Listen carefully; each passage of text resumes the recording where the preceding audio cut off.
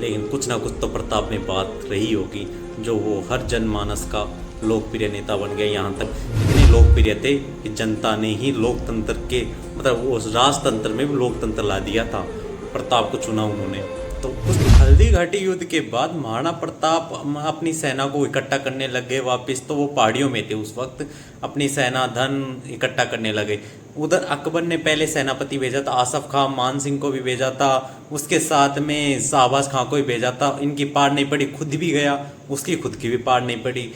अकबर ने प्रताप को पकड़ नहीं पाया। तो फिर उसने अपने सेनापति बनाकर भेजा, वो थे अब्दुल रहीम खाने खाना।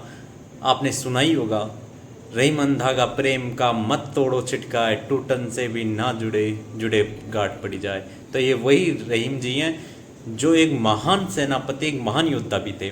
तो पहले तो रहीम जी ने अकबर को समझाया कि अरे ये अकबर, जो आपसे दोस्ती नहीं करना चाहता उससे दोस्ती ज़बरदस्ती कैसे कर सकते हो, उनसे ज़बरदस्ती लड़के दोस्ती नहीं हो सकती। अकबर ने कहा रहीम जी से, तू अपना काम कर, सेनापति बन के जा। तो रहीम जी आ गए सेनापति बन के। तो शेरपुरा नामक एक स्थान है, उस जगह आके अपना टेंट टाइप में लगा लिया। टेंट टाइप में लगा लिया। तो हर 5 और 7वें दिन रहीम जी लेटर लिखते अकबर को। लेटर लिखते कि हाँ, आज हमने महाराणा प्रताप को बाल बाल पकड़ते बचे, बाल बाल वो बच गए, पकड़ने में आ ही गए थे।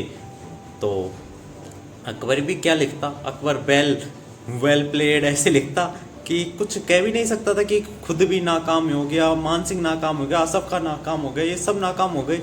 तो अब क्या कह सकता था, बस यही कहता कि कोई ना, अगली बार जरूर पकड़ना। तो यही सिलसिला चलता रहा। रहीम जी थे अपने सुबह शिकार पे जाते, शिकार करते, शाम को पका के खाते। रहीम जी की दिनचर्या चल रही। एक दिन वही महाराणा प्रताप के बेटे थे अमर सिंह, वो इधर शेरपुरा साइड आए। शेरपुरा साइड आए तो उन्होंने देखा कि टेंटों में कोई शख्स था ही नहीं। उन्होंने पास जाया, गए टेंटों के पास गए, उन्होंने आवाज़ लगाई, कोई है क्या? तो अंदर से लेडीज़ों की आवाज़ आई, जी नहीं, वो अभी शिकार पे गए। तो अमर सिंह ने कहा अच्छा। तो फिर मतलब लेडीज़ों ने कहा हाँ, आप शाम को आना, वो शाम को आएंगे। तो भाई अमर सिंह ने सभी लेडीज़ों को कहा बाहर निकलो, सभी को बंदी बनाया और ले चले पहाड़ी की ओर। लेडीज जो थी वो रोती हुई आगे आगे आ रही, अमर सिंह उनके पीछे। महाराणा प्रताप पहाड़ी से ऊपर देख रहे, ये क्या लेके आ रहा है अमर सिंह, किसको पकड़ के लेके आ रहा है। जैसे ही पास में पहुंचे, प्रताप ने पूछा अमर सिंह से, ये क्या है, इनको क्यों पकड़ा है? अमर सिंह कहता है, डैडी आप थोड़ा साइड हटो। अरे प्रताप कह, अरे डट जा रहे, क्यों पकड़ा है इन्हों, कैसे, क्यों, क्या, जवाब दे पहले। जो अमर सिंह ने कहा कि ये रहीम जी शिकार पे गए थे, इनके यहाँ कोई नहीं था, तो मैं इनको गिरफ्तार कर लाया। पहले तो सर्वप्रथम प्रताप ने सभी लेडीजों से कहा, महिलाओं से कहा कि क्षमा करना, आप मेरी बहन के समान हो, आपको सह सम्मान के साथ मैं आपके शिविर में वापस लौटाऊंगा। और साथ में अमर सिंह से भी कहा कि माफ़ी मांग इनसे, और इनको शिविर में छोड़ गया। जब शिविर में छोड़ गया, साथ में उन्होंने रहीम जी को एक लेटर लिखा। तो लेटर में यही लिखा था कि रहीम जी, जब हमारा आमना सामना होगा तो हम आमने सामने से युद्ध करेंगे, इसमें महिलाओं को बीच में नहीं लेके आएंगे। उस वक्त राजा किसी महिलाओं को सह सम्मान दोबारा वापस भेज देना बहुत बड़ी बात होती थी। ये महाराणा प्रताप ही थे, ये उनके नैतिक विचार थे, तभी तो आज वो जन जन में इतने लोकप्रिय रहे। अगर अपन युद्ध की बात करें तो युद्ध में राणा सांगा भी थे, इतने युद्ध लड़े, उनसे बड़ा पराक्रमी राजा नहीं हो सकता था राणा सांगा को, लेकिन हम उनको सिर्फ इतिहास में पढ़ते हैं तभी जानते हैं। लेकिन कुछ ना कुछ तो प्रताप में बात रही होगी जो वो हर जनमानस का लोकप्रिय नेता बन गए। यहाँ तक कि तो प्रताप तो राजा भी नहीं चुने गए थे मेवाड़ के। उदय सिंह ने तो प्रताप को बनाया भी नहीं था, जगमाल को बनाया था राजा।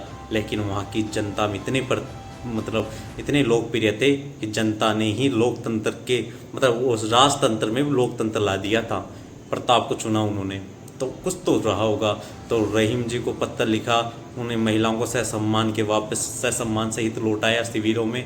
और फिर रहीम जी के आंसू वो रो रहे थे, तो उन्होंने आंसू के साथ एक पत्र लिखा प्रताप को कि हे प्रताप, मैं नहीं जानता ये मुगलों का शासक भारत में कितने वर्षों तक रहेगा मैं नहीं जानता। अकबर बाबर के वंशज कितने वर्षों तक यहाँ रहेंगे, लेकिन मैं यह अवश्य जानता हूँ कि जब तक सूरज और चांद रहेगा प्रताप तुम्हारा नाम रहेगा।